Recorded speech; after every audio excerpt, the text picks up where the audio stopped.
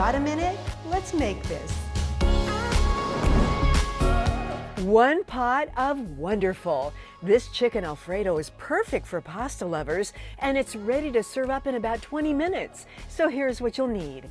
2 skinless, boneless chicken breasts. Now drizzle a little olive oil in a pan and cook the chicken so it has a nice sear on both sides. Then slice it up. Now chop up some garlic, and in the same pan with those yummy drippings, cook the garlic for just a minute or so. Then add 1 can of chicken broth and 1 cup of milk. Choose 2 cups of your favorite raw pasta and pour it into the liquid. Cook for about 10 minutes or until fork tender. Then add a little cream and fresh grated Parmesan cheese.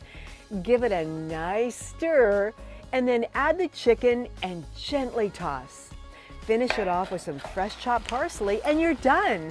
1 pot of creamy, cheesy comfort food with bites of tender chicken for your one-pot wonder tonight.